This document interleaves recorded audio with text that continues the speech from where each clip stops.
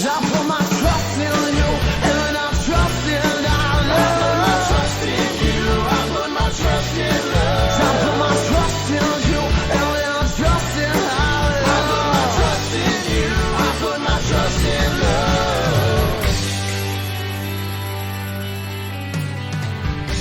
Hello friends, my name is Dave Miller. And I'm Niles Payne. And we're your fuck buddies. We're an award-nominated sex and dating advice podcast where we take your sticky, sexy situations and turn them into sexy, sticky situations. For some reason, I got really excited that you were going to say award-winning. I don't know why. Like you were going to surprise me.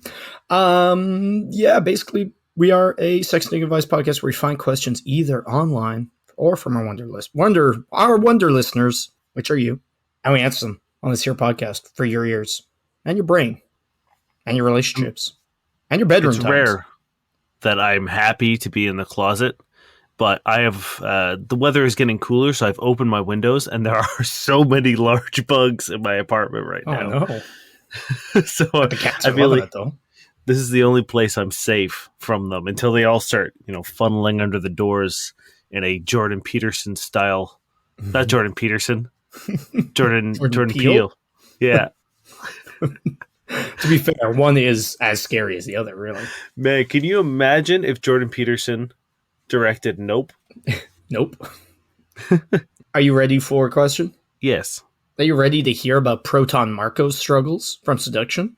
I was about to say I would love to, but now I'm less enthused. But I'll still do it. That's my job. You know what it is, actually. So I shouldn't have even questioned your ability or your desire, because you don't get a fucking choice. Here's Proton Marco's issue. What is a good response to "you could be my son" when approaching an older woman than me? To keep it short, I like older women and keep approaching them from 30 to 50, 60. They generally are flattered that a college student is interested in them and, in some cases, attracted to me.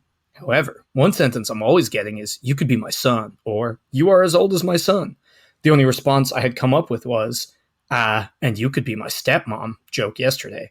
So perhaps for someone more experienced, what would be a better way to make the age gap more acceptable? Thanks.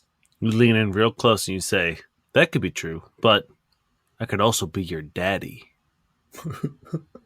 Honestly, just be like, but I'm not. Yeah. Like, honestly, that's a pretty good one because they're just being like, oh, you're young, you could be my son. But I'm not. Okay. There you go. I think the stepmom thing is terrible. Yeah, absolutely worst option. That's the worst option you ever could have thought of. We couldn't have come up with a worse one during the portions where we try to joke. The thing is, I understand you're playing on the stepmom porn trend, but chances are these 40-year-old women aren't watching stepmom porn. Mm-hmm. And even if they are, you've reduced them to this weird porn archetype thing instantly, and it's just it maybe sounds like you're setting them up with your dad? Yeah. No, I mean, regardless of why or what they're thinking, just immediately being like, you could be my stepmom. Because, that's also implying that you want to fuck your stepmom. Yeah. Which, again, it's weird. The porn thing. But, in practical, in the real world, probably not as common as you might think. You beefed it. You really beefed it. That doesn't even make sense. It's so peripheral to what you're even talking about. That's what are you doing? You've just changed the whole engagement. Literally just be like, yeah, but I'm not. Or if you want to just be chill, be like, oh, okay, I'm sorry, I just found you really attractive. But if the age gap makes you uncomfortable, don't worry about it. Ball's in their court. That's flattering. That's nice. And more importantly, you seem mature. Unlike, you could be my stepmom, which they're like, oh, damn, maybe you're even younger than you just said because you're talking like an idiot baby. Yeah, as you reach into your undersized Spider-Man backpack and pull out a lollipop and begin comically licking it while twirling the helicopter hat spins. Yeah. Look, make sure you're approaching older women because you find them attractive and not specifically because they're older women. Going after a age demographic or an ethnicity or a hair type or a body type or going after them because that's your thing is gross because you've reduced a human being with feelings and emotions and thoughts and hopes and dreams and an actual person down to a very, very minute and oftentimes arbitrary, something they don't have any say in. If you're into redheads, other than dye, If they were born redhead, they were born redhead, and they really didn't have anything to say about it. Or if you're into like, thick women, or short girls, or Yeah, older it's- women, like there's nothing they can do about it. That's just their age. They have progressed through time and are now older than you. So like to be like, yeah, that's my type. It's not your type. That's weird and gross. Don't do that to people. Fetishizing people is never a cute look. Hopefully you're chill. It's kind of hard to tell, and it doesn't seem great so far. But honestly, they're coming from a place where they're being made uncomfortable by the age gap, and that's fair. So for you to acknowledge that and leave the ball in their court and show maturity, that's going to be your best way forward. So there you go. Throw in a little flattery. Be like, oh, I'm sorry, super attracted to you. If the age gap makes you uncomfortable, don't worry about it. You could also, you've made a stepmom joke, but you've missed the obvious one. Be like, well, that's great because, now as his stepdad, I'll get along with him. We'll have more in common. That's pretty good. Yeah. When she says, you could be my son, you say, oh, wait, how? Like, are you trying to adopt? What's going on here? And then she'd be like, no, I mean, like your age. You could be like, but I have a mother. This doesn't make any sense. There's no way I could be your son. Are you threatening my mom? You can't replace her. Yeah, nice try. I won't let you. And even if you did in some kind of like, assuming her responsibilities or assuming her place in my life, I still wouldn't be your son. I have a mother and you cannot change that unless you do capoeira shit. I have a very, very healthy relationship with my mother and other women, and I don't think that I am looking to replace any of them with my relationship with you. Mm-hmm. And then put on the soundtrack to Frasier. Yeah, or just be like, really? Well, you gotta buy me dinner first. I'll consider it. I think dress up as an old man, like still, like, you know what I mean? Like wear a cardigan, wear one of those newsboy hats, maybe walk around with a pipe or a cane. And ease them into the age gap. Mm-hmm. Oh, so like be the bad age gap, but on the other side. So when they're like, I don't think so. You could be my granddad. And then you rip it off and you're like, aha. And they're like, you could be my son. It's much better. You're right. Mm-hmm. So it's like your starting bid is old man. Yeah. What if they're really into it though? That's fine. You get what you want. Then you have to have like really geriatric sex. Yeah, just get a thing of Tic Tacs, blue Tic Tacs, and say they're your Viagra, and bingo bango. Problem solved. You got a question? I do. This comes from prestigious Gurr 1479. Who should supply the condom? Should the male supply protection because he's the one that needs to use it / put it on? Or should the female supply the protection since she wants to have sex as well? Or should it be up to both parties to carry one with them if they want to be on the safer side? Want to know people's thoughts on this. That's the whole thing? Yep. I don't think it should be a hard and fast rule. The only thing I think should be said here is like, look, the more the merrier. Less chance that if you're a girl and you have condoms lying around, you are able to combat the like, oops, I forgot them, whether that's legitimate or conniving. If you're a guy and you have them, great. And if you both have them, that's like, cool. If you only have 1 or 2 condoms and you end up staying over and it's just a great fucking time, and then you don't want to run out of condoms. So the more the merrier. Everyone buy them. Fucking great. I will say, if you're in a relationship or if you're in a casual relationship or partnership, or if you guys are fucking and you're on birth control, which you supply yourself, I think it's fair enough that the guy then purchases the condoms if he's not chipping in for your birth control, if you have to pay for it. Because again, relationships, sexual and serious and romantic, should be a partnership. So it doesn't make sense that one person should shell out all the money for protection. So I think you should share it at most. Yeah, I would say, I think that if you are being sexually active and you want to use condoms when you have sex, I think you should have condoms, regardless of whether you're male, female, or non-binary, or any other descriptor.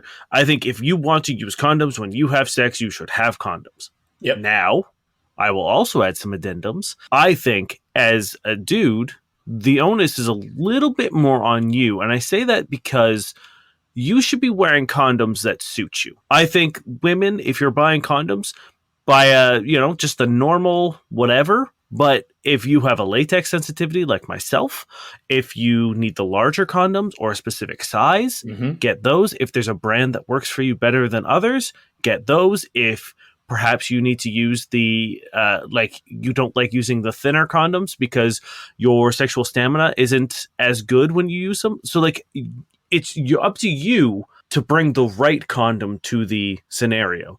It It's would be always nice. insane to have a requirement and just show up hoping for some reason the person you're sleeping with magically figured that out. Yeah. I mean, that's the thing. It's like, and it's nice if they, if you're hooking up and you're like, fuck, I forgot to bring a condom. Or it was a surprise thing that you weren't ready for, or any other thing, and they have condoms. Great. Perfect. You know what I mean? That's not a night ruiner.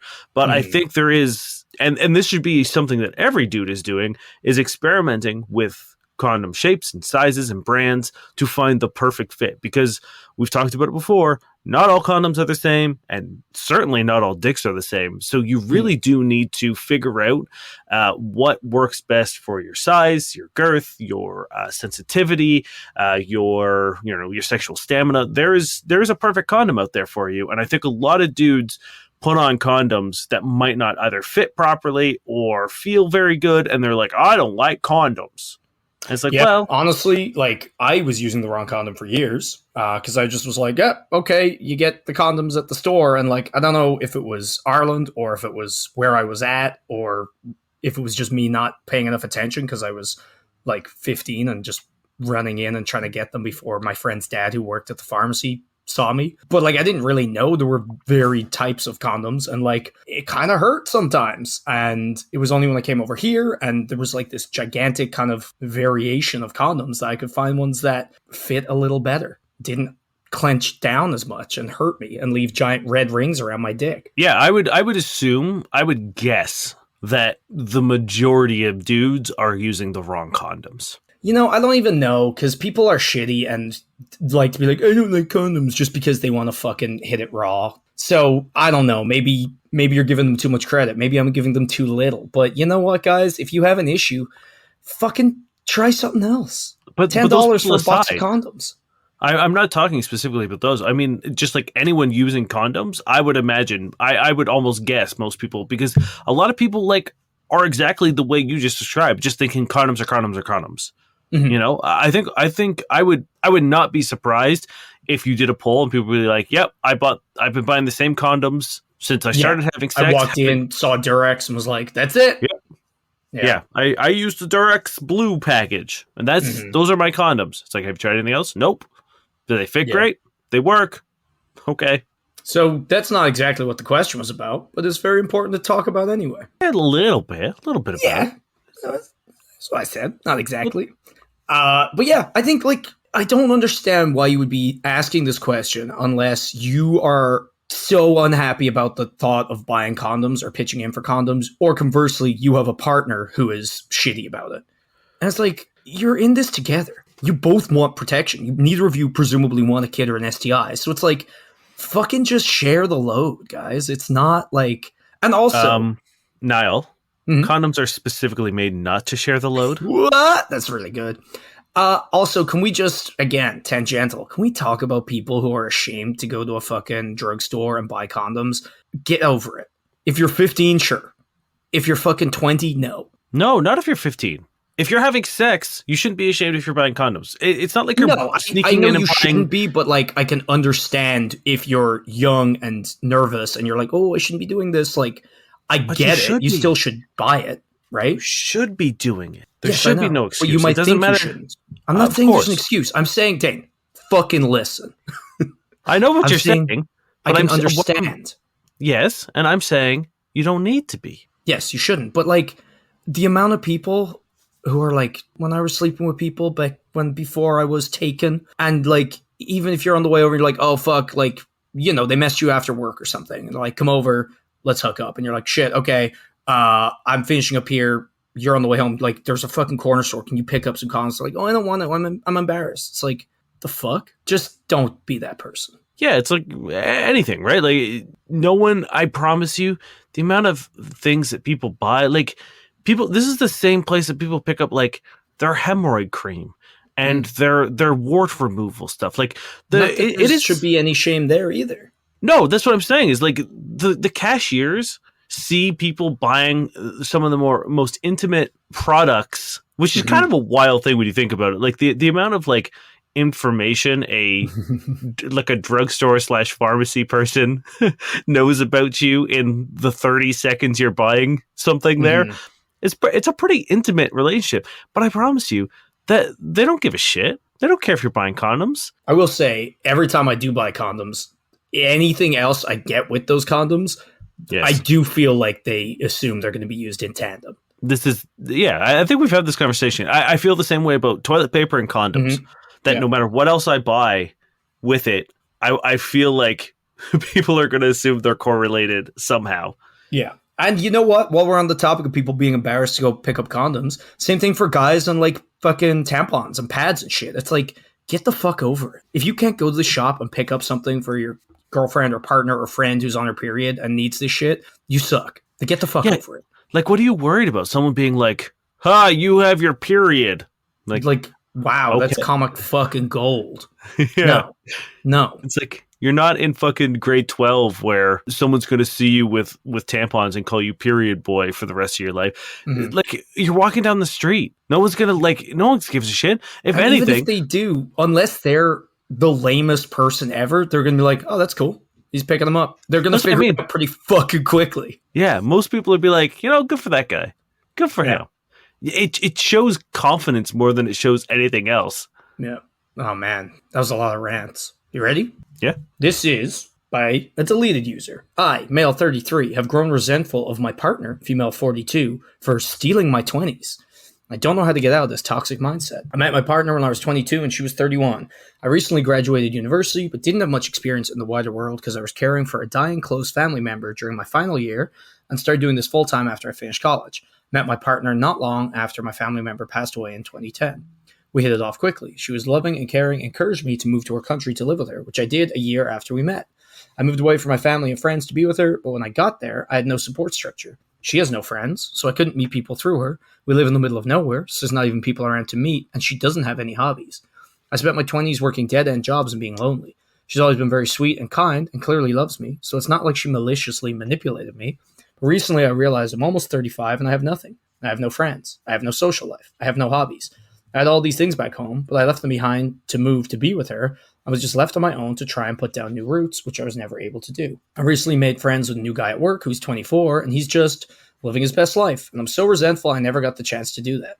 But the thing is, my partner did. She was 31 when we met. She'd already enjoyed her 20s and was wanting to settle down. But I was 22. I never got that chance, and now it's too late.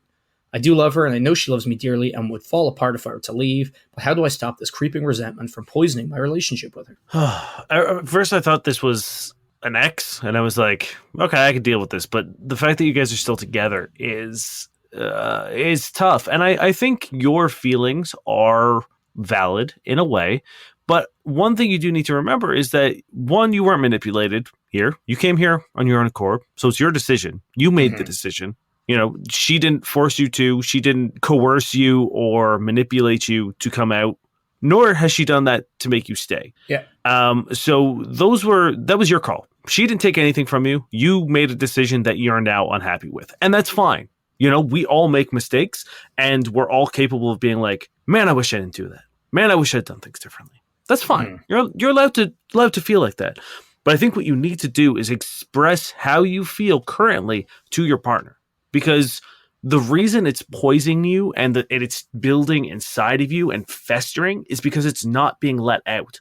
So the longer you hold on to something, the worse it's going to get, because it spirals, right? You start constructing narratives and it starts getting muddy of being like, what actually happened and what have I just brewed in my head and my gut because I'm so unhappy? So sit her down and say like, hey, look, I'm starting to get a little depressed, and here are the reasons why, and it's not your fault, but I feel like I need something more, and maybe it's something as simple as moving to a larger city, or letting them know that you need something else, that you need companionship outside of your relationship, because we talk about it all the time. Like, that's if the only person you have is your partner, you're in a bad relationship. Yeah, for sure. And the thing is, there's so many things to like delve into here, and it's like, you've been there for like what, 11 years, 12 years? That's a long time for you to have changed things if you wanted to, and you haven't. And again, this doesn't seem to be because of your partner. So either you willingly left yourself in this position or you didn't realize, now that you're looking back bitterly because you're hearing this guy at work saying his wonderful life and you're looking back now with the opposite of rose tinted glasses. I will say a lot, like, again, so many things to go through here. One, this guy who's 24, no one at 24 has their shit together, right? And the stuff he's going to say to you is always going to sound cool because he's like trying to boast. And no one's like, oh, I went home and was really sad because I'm lonely. They go home and they're like, oh, I went out and like fucked this person and we had such a cool party. It was a kegger and blah, blah, blah. Even like I've been at parties where people are miserable and then you see them a week later and they're spinning it like they had the best time of their lives. So it's kind of like the Instagram effect. You kind of got to take a lot of what they're saying with a grain of salt. On top of that, you say that your partner lived their best life. She has no fucking friends. I don't think she did live her best life in her 20s. Mm-hmm. Like, you're saying like, oh, she lives in the middle of nowhere, has no fucking friends. Unless that's what she really wants. I think maybe this idea that she had the best time, you need to also deal with that because I think that's where the resentment is going. It's like she got hers and now she took yours. It's like, one, what's to say she got hers? And two, she's not taking yours. And I think Dane made a really good point where it's like, you need to talk about it, I think, to your partner. And I think maybe leave out the you blaming her thing because I think we all know that's unfair, even yourself. Yeah. Talk about what you're feeling, what you feel like you lack, and how you can go about fixing that. Like, as Dane said, maybe it's moving to a city. Maybe it's moving to where you live. I don't know what's keeping you guys where you are, but like, if you have friends and family, maybe moving back would be a cool change for you guys. I also think therapy, talking to someone that's not involved would be really good. But like, it's never too late to change. Like 20s aren't this magical place where like, oh fuck, that's the only time you can have fun. No, like 30, flirty, thriving, that's the whole thing. The 30s are the new 20s. It's never too late to change shit. It's never too late to have a revival. You know, what you want is friends and fun. And like, you can definitely fucking do that in your 30s. Probably better, honestly. I was going to say, like, let me tell you, I had a very, very good 20s. Was there some heartbreak? Of course. Was there some troubles? Of course. I had a lot of fun in my 20s. Would I go back to them? No. I'm 34 and I'm quite happy. And granted, like, you could look back and be like, you're rubbing it in that you got yours. And you're so satisfied with it. You don't need to go back. No, I guess I know what you're saying, but like, as Niall said, like, friendships and connections don't, like, it's not like you hit 30 and you lose the ability to make friends. All these things that you want and all these things and like career, like there's how many stories and memes are there about, you know, the people who didn't find success until they're in their 40s or 50s or, you know, find out their true passions or what they wanted to do and find a career that was satisfying. Like, it doesn't just stop. It's not like, oh, you know, between the ages of 20 and 29, you got to find it all. And if you don't find it, it's gone forever. It's bullshit. And like, I understand. I get it. You're looking, as Niall said, back with, you know, shit tinted glasses. I was just about to say that. Damn it. But like, you know, the saying of the grass is always greener on the other side, for all you know, this guy's looking at you and he's like, oh, you've got a loving partner, a committed relationship. You've got a place together. You're happy. You're probably a jet setter. You moved from a different country. You've got so much life experience. Yeah. Like, it's so easy to sit and look at someone else and be like, I wish I had what they had, without realizing that there's a long list of people who are probably looking at you thinking the exact same thing. Yeah. And like, I get it.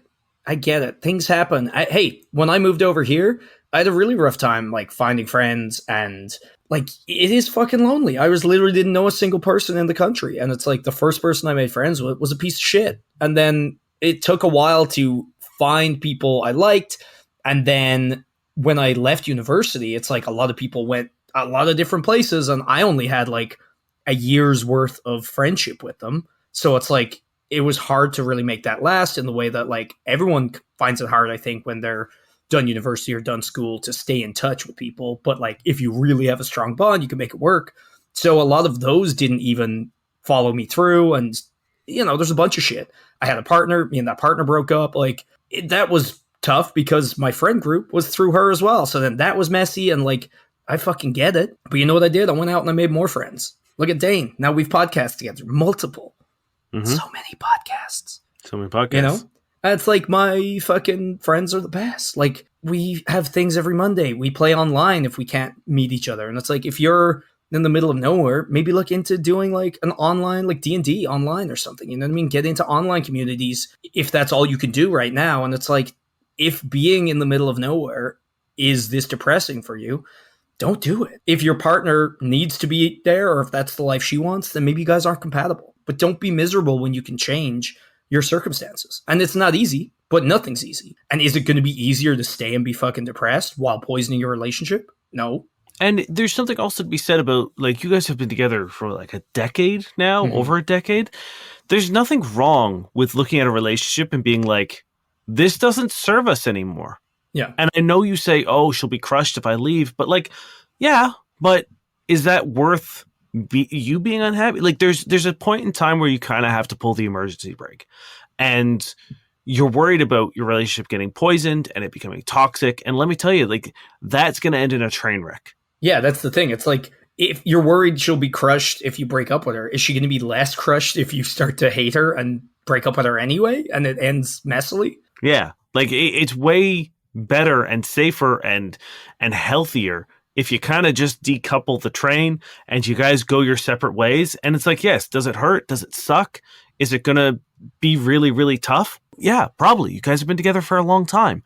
But if the alternative is letting it fucking run off the rails and end in a fiery mess, that's not going to be any less messy or hurtful or sad or hard. So you might have to, as Nell said, like maybe you just aren't compatible anymore, and maybe you have to go your separate ways, and just let them know. Just be like, hey, here are the things that I need. And there's no reason why you shouldn't talk about this first. Don't just break up with them. Sit down and be like, hey, I feel very lonely. I feel like I missed out building connections when I moved here because I didn't have a whole lot of opportunities to meet people. And now I really want to meet people. And I really want to start developing friendships. And I don't know how to do that where we currently are. Can we move somewhere? Can we like and see what they want to say and see what they, because if, like Nell says, if they're like, nope, this is my family house and this is the house I'll die in, I don't want to move anywhere else, then you might have to be like, okay, well, I have to go then. Yeah. Really sorry. I still care about you, but I have to take care of myself and I'm not happy here. And I think you have to, like, we talked about breaking up with her for quite a bit here. And I think that's after you have the conversation, if it's not working out. I don't think you should just go to that, especially because, like, stuff like this, they can happen very quickly, and you can feel pretty bitter and pretty sad very quickly. So making like a snap judgment, I don't think is where it's at. But like, if you're a good partner and you're in a good relationship, you should be able to talk and you should be able to hopefully work towards making things better. It's only if that is not possible, you just shouldn't stay in a relationship that's going to be bad for you. So talk, work out your options, see if there's anything that suits both of you. Maybe she would be up for an exciting change. I don't know. But like, obviously this isn't working for you and you shouldn't stay in a relationship that isn't working for you. Yeah. And it's scary. I get it, but you're good. You're going to be okay. Hey, let me tell you feel like you missed out on your 20s. Your 20s are terrifying. So this is a great introduction to what you missed out. The entire time you're 20, you're just like, the fuck am I doing? Who gave me decisions to make?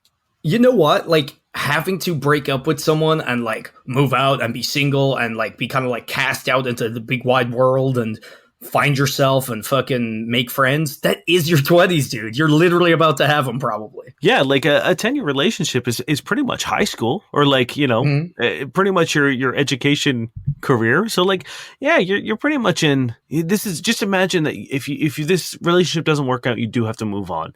Just imagine this as high school graduation and you're heading out into the big wide world, scared, alone, and confused. And hey, guess what, buddy? That's your 20s right there.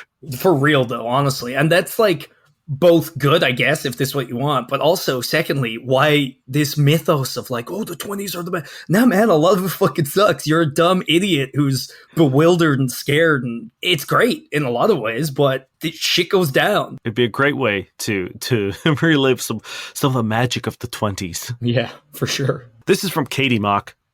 Should I grab dinner with a guy who asked me out, but I'm not interested in him? I met a shy tech guy out at a bar last week, and we ended up talking to each other amongst a group of people. He had told me that he didn't have great social skills, so he was trying to practice them. So long story short, I ended up leaving once it got too late. I found out the guy left too sometime after me, and we ended up meeting near the same bus stop. He asked for my number, and me being polite, I gave it to him. So I guess he finally worked up the courage to ask me out for dinner last week, or almost a week later. I'm flattered, but I'm not that into him. He's not my type because he's not tall enough for me. He's not unattractive, though. I usually tower over guys, so I like guys to be taller than me. Anyway, I'm not into him, but I like that he texted me with time and date details as if he put effort into his response. The restaurant seems cool, and I wouldn't mind grabbing a bite to eat there. Although, am I wrong if my intentions are to go as friends only? Oh, I kind of hate this. Mm-hmm. I was totally in the realm of like, oh yeah, just don't go. You know what I mean? It's fine. You're totally allowed to not be attracted to someone. But I hate that she's just like, oh, it's literally just his height. He's attractive. Yeah. He's cool. He was nice. He messaged me these things. All these things I like. But yeah, I don't like his height. But I still want dinner. If you don't like someone, don't go. If you don't like someone for something so unimportant, maybe re-examine your whole deal. But like, I think you're putting him in a shitty position if you don't. Like, you're definitely putting him in a shitty position if you don't tell him you only want to go as friends and show up just to get your dinner.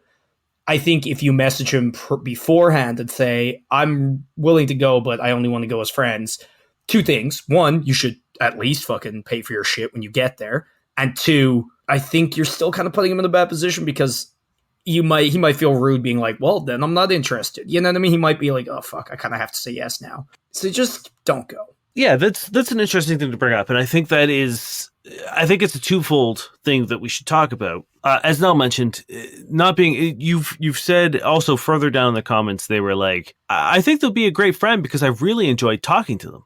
So I'm like, okay, so cool. You like everything about this person. Yeah. So it's like, okay, so you find them attractive. You're impressed about their initiative and sort of the, gumption to take advantage or take control and seize the initiative. You really it sounds like you had chemistry and you enjoyed talking to them. So you're literally going to be like, hey, person who has a bunch of qualities that I like, you're shorter than me, so can't do it. Yeah. Like, it makes no sense to me. So we'll leave that aside. I think we've made our feelings on that topic clear in this question and in, the dating profiles we do at the end of the episode. But you made a good point of being like, oh, he might feel obligated to still go out so that it doesn't seem like he's being shit. And I agree with you 100% because I would also feel bad. But I think we should normalize being like, oh, okay, thank you. But I do want to pursue a romantic relationship with you. And if you're not interested, thank you very much, but I think I'll move on. Because it's not like you guys have a relationship prior to this. I think it would be really shit if you built a friendship and then he was like, oh, actually, I only wanted to fuck you, so if we're not going to fuck, I'm out. I will stop with this, like, sham. This guy has specifically asked you out on a date. You met him a week ago, and your only interactions were of a, flirty nature, presumably. Yeah. And now he's gotten your number and asked you out for dinner. Like, it's not rocket science what he's looking for. Yeah. So, and I think we need to normalize on both sides of the fence if that is the situation. If it is sort of like this is a first date because you guys met out in the wild and there is clear intentions that one person wants to be romantic or sexually involved with you, I think you should be able to be like, oh, okay, well, I actually want to pursue a romantic relationship with you. And be I totally agree. Because I think it's unfair to be like, oh, I know for a fact that they're interested in me because they've asked me out on a date, but I would like to keep them as a friend and hopefully, because 9 times out of 10, you can't just turn that off, right? You can't just be like, oh, you want to be friends? Okay, that's fine. I'll stop finding you attractive and, put myself on a limb and ask you out on a date. Because there's always going to be that like, oh, maybe, and that's an unfair thing to do to yourself. So I think having the boundary being like, oh yeah, no, that I'm not interested. Thank you. No, for sure. I think if you're the guy in this question, that's my advice or our advice. Just be more than happy to fucking just say that because I think it's just a healthy setting of boundaries. If you're the girl, don't show up to the date with like the big no-no is showing up, not being frank about your intentions up front and getting a free dinner. You're a piece of shit. Absolutely. If you go and he's like, oh, that's fine. Like, I just really enjoyed chatting with you. I would love to have the opportunity to do it again. And you guys go and you do decide to have dinner with this guy. If you allow him to pay for your meal, you're a scumbag. Yeah. Because that's like, then that's all you wanted. I'm pretty sure. Yeah, you went there. You went there for a fucking free meal because the restaurant looks cool, and Like, that's a shitty thing to do to someone. Yeah, if you really, really want to be friends with this guy, which I'm not going to lie, I don't buy it, right? No one's like, oh, I met someone, unless you're very lonely or this person is very cool. Like, no one has time to fucking do that, right? So it's like, unless that's the situation, and in that case, be very frank and pay for your own shit when you get there, because that'll also help set healthy boundaries with him, where like, you're really putting your foot down, being like, I'm honest about what I'm doing, and like, this is kind of a way to show it. Not that splitting bills says that, but in this situation, it kind of further emphasizes that. And other than that, just don't go. Mm-hmm. If you're not attracted to someone and they invite you out on a date, just don't fucking go. Like, that's unfair. Yeah. So there you go. Are you ready for pesto lip balm? Gross. My boyfriend treats my apartment like it's his. I'm angry. A week ago, I, 22-year-old female, moved into a new apartment. I'm letting my boyfriend, 25-year-old male, stay with me rent-free for the next 3 weeks until my roommate moves in, because my apartment happens to be near his workplace. Tonight, I went for drinks with two of his friends. One I've met a few times, and one I've only met once. Without asking me if it was okay, he invited everyone back to our place. He put something on the TV, and everyone but me fell asleep. I tried to wake him to ask him to get everyone to leave, but he said, it's not a big deal, and immediately passed back out. As I'm writing this, he and one guest woke up, and he told her, it's okay, you can go back to sleep if you want. I'm furious. I'm paying a lot of money for this apartment. I want to be able to relax in it in my own time, which I can't do now. I have guests to look after. If one of these guests wakes up in the middle of the night and wants to leave, they won't be able to lock the door, and I don't want to risk being robbed. One guest managed to annoy my neighbor by recording into her window with the flash on, which also really annoyed me because I literally just moved in and don't want to piss off my neighbors already. In the morning, I really want to tell my boyfriend how pissed off I am about this. I honestly really want to scream at him for it. We literally just this morning resolved a huge unrelated argument about him treating me like shit, and he's gone and done it again. I'm just wondering now if I'm overreacting here.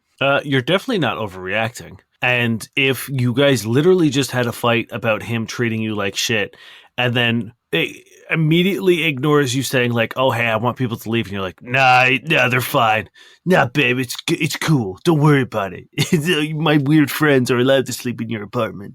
It might sound like it's time to fucking boot this dude to the fucking curb. You know what? I'm going to go a little softer on this one. Just because you moved in, like you just moved in, right? He's done this. Presumably you haven't gotten a chance to talk about it. And yeah, he should have been a little bit more chill, maybe thought about it a little bit more, but like maybe he didn't understand. And I will say, if the only time you got to talk about it was when you woke him up, people aren't at their best when they've just woken up, especially if you guys are drinking or something. I assume you have because, oh yeah, said we went for drinks. So it's like if he's drunk, he's half asleep, you woke him up.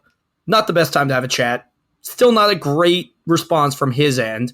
But like being like the second weeks, I'm going to fucking scream at him. I don't know. I think step one here is to be like, look, we need to set ground rules for this apartment. Because if you haven't had that chat, you just moved in. It's all kind of gray area. Do that. And then if he fucking still doesn't care, 100% shut it down. Although, What the fuck is this guest doing recording through a window with the flash on? So that's my thing is if you like, I don't care if you haven't had a ground rules talk.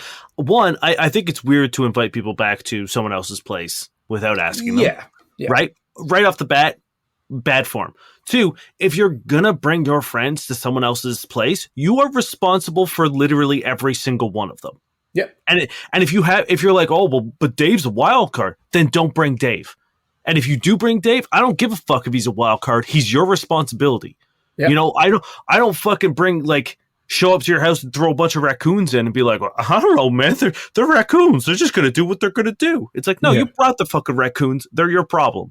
So like, there's a lot of things here that like just show a distinct lack of respect for your space. Again, like these aren't things you need to have a conversation about. I don't think. I think it's pretty fundamental common sense, common decency of being like, maybe don't invite a bunch of drunk people over to my place, especially like, I don't know if it sounds like she doesn't know them either. It sounds like they're like his friends. Yeah, met one a few times and one they only met once. I would be kind of annoyed too. Now make a good point of being like, don't scream at the dude the second he wakes up because that's not going to resolve anything. Yes, you definitely need to now be like, hey, I would like you to know that like what happened last night made me unhappy. It was kind of uncool. So let's make out some ground rules of like, if you want to invite someone over here, we have a discussion about it first. Two, they don't spend the night. They're gone. at whatever time I decide. And you are kind of you will be the facilitator of having to like read my language, or I will tell you. And then you have to be like, hey guys, we're going to call it a night. Have a good night. Get out. Yeah, 100%. 2, you need to tell fucking Flashlight, fucking TMZ to fuck off. Like that guy, like just no amount of cool. That person is not coming back. They're not welcome back to my apartment. And I like that might seem like an overreaction to someone, but like for me, that person is done to me. I think that is such a gross, weird thing to do, especially like what in the someone fuck else's apartment. What the fuck were they trying to do? That's fucked up in any sense, but in someone else's space, especially when they just moved in. And also it's to a woman's apartment as well. So it's like, is this guy just being a super fucking creep? That's a terrifying thing to have happen to you as well. Like, that's shit. All of that is so shit. These people seem like they suck. Ground rules are very important. I can, like, the only reason I'm being a little soft is, like, I can understand if you're all out drinking, if you're right next to the apartment, if you guys talk, like, it could come up in a way that's not just like, oh, I'm fucking steamrolling you and I'm bringing people over. You know what I mean? And some people can be unhappy about things, but be like, yeah, sure. And, like, people can not read that. You know what I mean?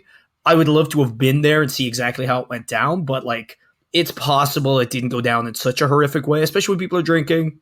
I don't know. But either way, as a partner, you need to be fucking mindful of your partner's comfort and their property and their belongings and their safety and their quality of life, such as their fucking neighbors. Either way, at minimum, you need a conversation about boundaries, about respect, about politeness, and about these shitty ass fucking TMZ friends. Otherwise, yeah, if this is an ongoing issue and this is just another drop in the fucking bucket and he's not going to give a shit, dump them. You got a new place. It's a great time to fucking have a new life. I mean, that's the thing. It's like he's staying there rent free for a couple weeks until your roommate gets in. Yeah, like there's no reason to be like, hey, sorry, but I don't care if this is near your place. If this is how you're going to behave when you're here, you can't stay here.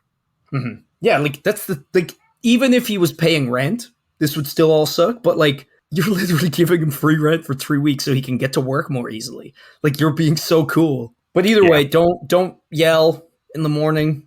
Talk. Try to actually hash it out and like set ground rules and like make him understand why you're upset.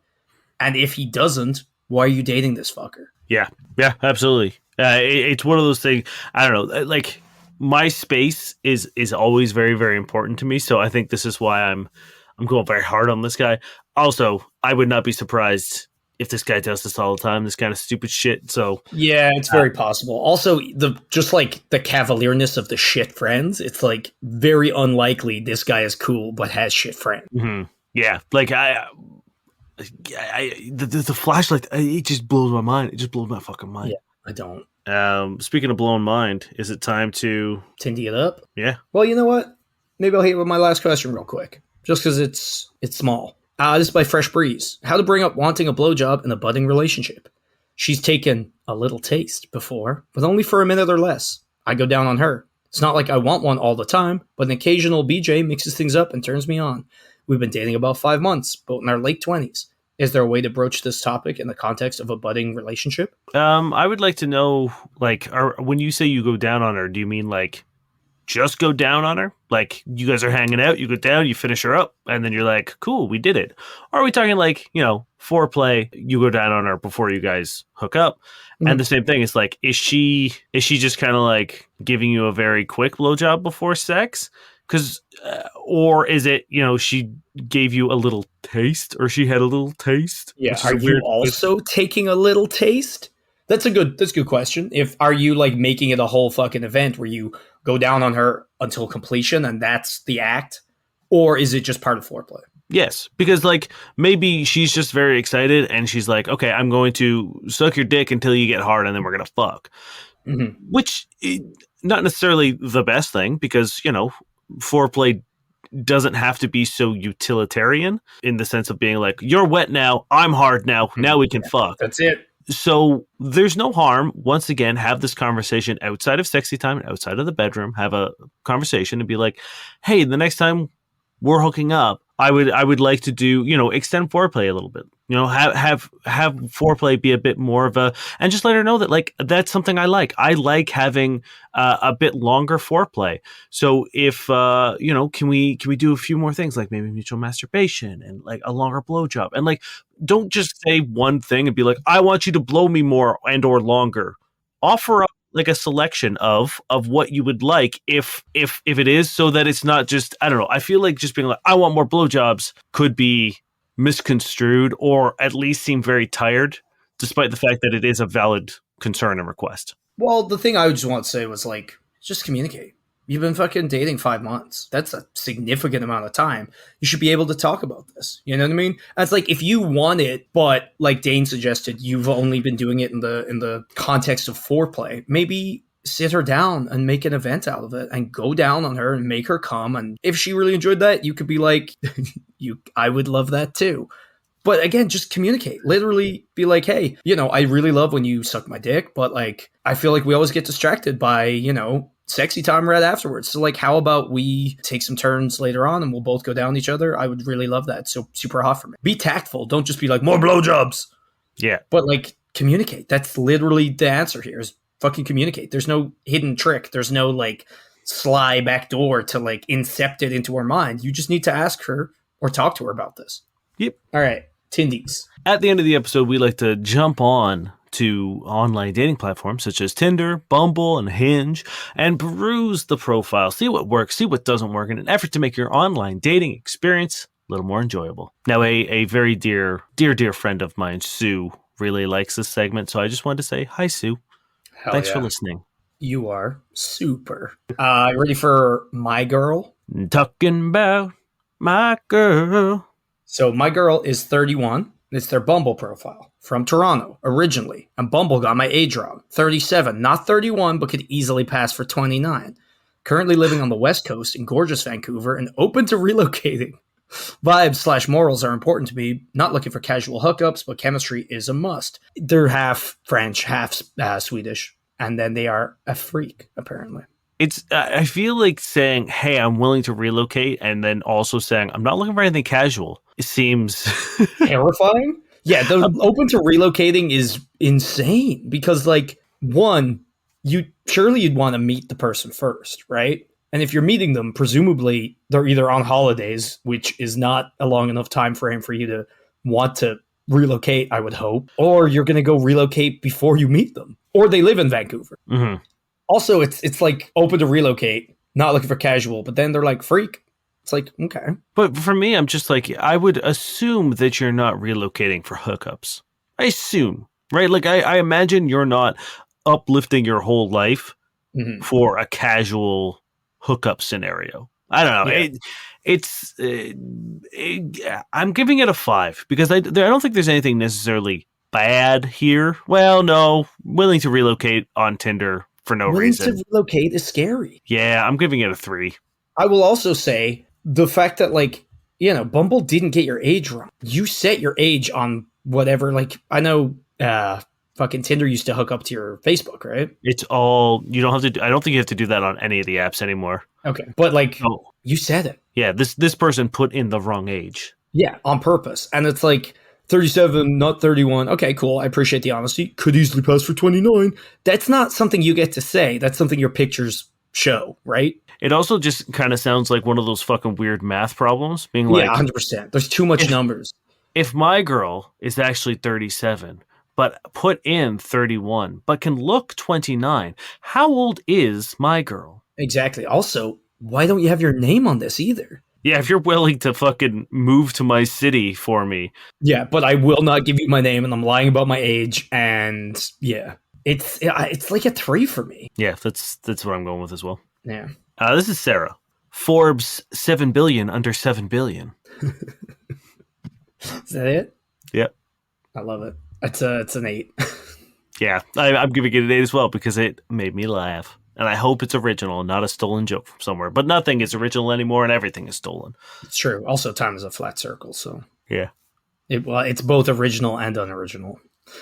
This is Chloe, 29. Yes, I'm trans. Looking for compliments and somebody with a cottage, heart, and sparkles. I don't know how I feel about this. Because Looking for compliments. I love that. I don't know. I think that's kind of cute. I don't know. I really am torn on this. I think I'm going to throw it right down the middle of 5. I give it a 6. I don't think there's anything there that I would say yes to, and there's nothing there that's, making me skeeve out. So, Yeah, it's kind of funny. I like trend of people joking about looking for people with cottages. I don't know why. I find it kind of endearing. I'm sure I won't after I read another 10 of them. But for now, it's kind of tickling me the right way. So 6. This is Danielle. Really just after some laughter. Looking for someone who is willing to be silly, has a dark turn of mind, and is philosophically inclined. What? Danielle, what the fuck does that mean, Danielle? What does that mean? Danielle, I you want need someone silly but dark but philosophical. dark turn of mind. Is that like, do you mean like a Dr. Jekyll, Mr. Hyde sort of situation? Are we talking like the Joker situation? Like maybe like I want to be kind of scared that you're going to murder me. Like in between you're like pretending to be an airplane all silly. You'll just like freeze up and go quiet and look at me. And that's maybe my moment. And all of a sudden you're talking about Aristotle. And I'm like, oh, it's so hot. Yeah, every now and then, like, you'll be cooking dinner together and he'll be chopping some vegetables and he'll just like look over them and be like, oh, stab you. And then one will get a little too close. Mm-hmm. He'll be like, whoa, look, I'm chopping my green beans. And then he just turns and looks at you and he freezes and he grips the knife a little too hard and his eyes travel the length of your neck. And then he's like, so have you read Foucault? Like, words really have no meaning. Like, if I say chair, we all imagine a different chair. Wow. Isn't language crazy? Honk, honk. I'm so silly. Beep, beep. He's got a red nose on that whole time. Then he squirts you with the flour in his pocket. I don't like this at all. It's a fucking 2. Yeah, I'm putting it 2 as well. Also, it's like, that's such a wide realm of things. It's like, I want someone who's silly. I want someone who's dark. I want someone who's philosophical. It's like, cool. You just want someone who's everything, I guess? Yeah. The only 3 things there are. I want the stew of person. Yeah. I want mental stew. This is a Bumble snippet. They have no name, but a non-negotiable is keeping Jesus first and having a mild/great level of love for humans. Well, hey, I got bad news for you. Putting Jesus first usually means you're putting a lot of humans second. You know what? Yeah. You would have a less... Well, she's okay with only having a mild love for humans. So maybe, half of them. That's pretty mild. Yeah, that's fair. They're a very select group of people who are getting the mild love. Yeah. Keep Jesus first and be super great to, like, some humans. Yeah. Wink. We'll talk about those groups later. Wink. Wink. Behind our gated community. No, fuck all of this. It's a 1. Yeah. And look, there's nothing wrong about loving Jesus. If you love Jesus, that's fine. Do your thing. But if it's your main sort of like personality trait, if that's what you need above all else, like if you're like, oh, hey, in non-negotiable, you have to love Jesus. But I'm cool with you being, I don't know, hate dogs, run red lights, drinking and driving, all those things. As long as you love Jesus. You know what I mean? Like, it's also just unfortunate that like a lot of people that love Jesus are, as we mentioned, like super homophobes or super racist. It's like it's really hard to divorce that from you being a shit person. You know what I mean? It's hard to separate people who are hyper religious, or at least making that a conscious choice to like broadcast that out there. Yeah, it's hard to divorce that idea from some of the more vocal opponents of social liberties. Mm-hmm. And like, the Vatican is historically pretty shit. The like Catholic Church in general, like there's been so much shit that's like, if you are this super Jesus lover, it's like, 1, great. I hope you're not like the shitty people. 2, maybe just realize that putting that out there, unfortunately, in your case, if you are a good person, does have all this like tinge surrounding it. And maybe this is not the thing to lead with, because if you are that loud and proud, but don't seem to realize the downfalls of that, you do seem more like the ignorant person that is shit. Yeah. 1 hundo P. From Althea. Good-looking skins are the same, and interesting souls are 1 in 1,000. This is a absolute Google Translate nightmare, and I appreciate it. Yeah, like I've read enough English as a second language dating profiles, and I know what you're trying to say. But like, I get it. I just love how miserable it is because like 1 in 1,000 isn't that great. 1 in a million, sure. Even 1 in a billion, like once in a lifetime. But like 1 in 1,000, it's like, damn. So there's a lot of fucking interesting souls, I guess. But I hate your skin. But that's not. I think that's a very reasonable thing to say. Because what's the point in saying this like flowery, poetic statement that's just like kind of reasonable? Well, I mean, think about it. I've met 6 wonderful friends. Are we to assume that I got a 1 in a million? In my time? case, for sure. So I get what they're saying. I understand. I'm more of a 1 in a billion, but that's fine. Maybe 1 in 7 billion. Actually, sorry, it's 1 in 3.5 because there are 2 Niles. Like as in Horan? Nope. Oh, Dark Nile. Oh, Weil, your Wario. Leanne. Thank you very much, friends. That's the end of the episode. It is. We are very happy that you were here. We love you. We are happy you're here. We love your butts.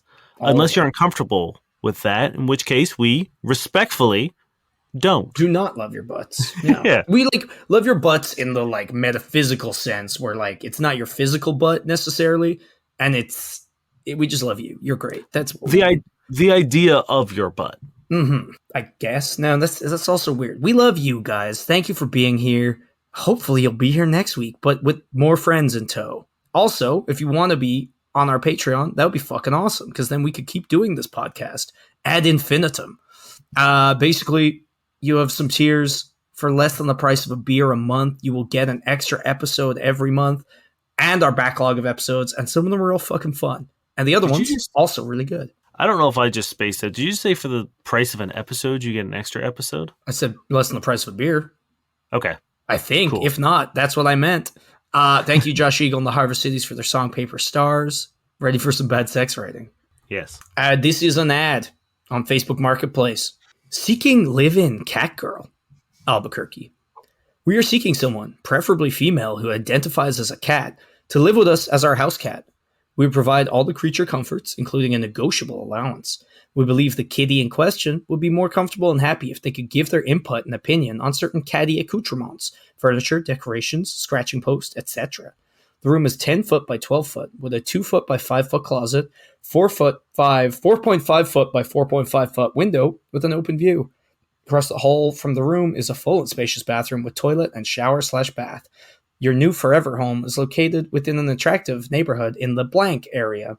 Serious inquiries only, not seeking online erotic chat or picture sharing, but a live-in person who identifies a cat to provide kitty companionship. And then they finish with a few spaces down. A capital good poem. Consider to the letter. Now mendicants play with ease, but they've capitalized some letters in it to say no man, please. Real clever. You cat pervert. You said preferred woman. Like, just say we want a woman. Yeah. I guess it's against Facebook Marketplace rules, but trying to solicit some cat sex isn't. They did not say anything about sex now. Kitty comforts. Sometimes you say things without saying them, you know? Me? Just people. My name is Dave Miller. And I'm Niall Spain. And we've been your kitty comforts. Meow.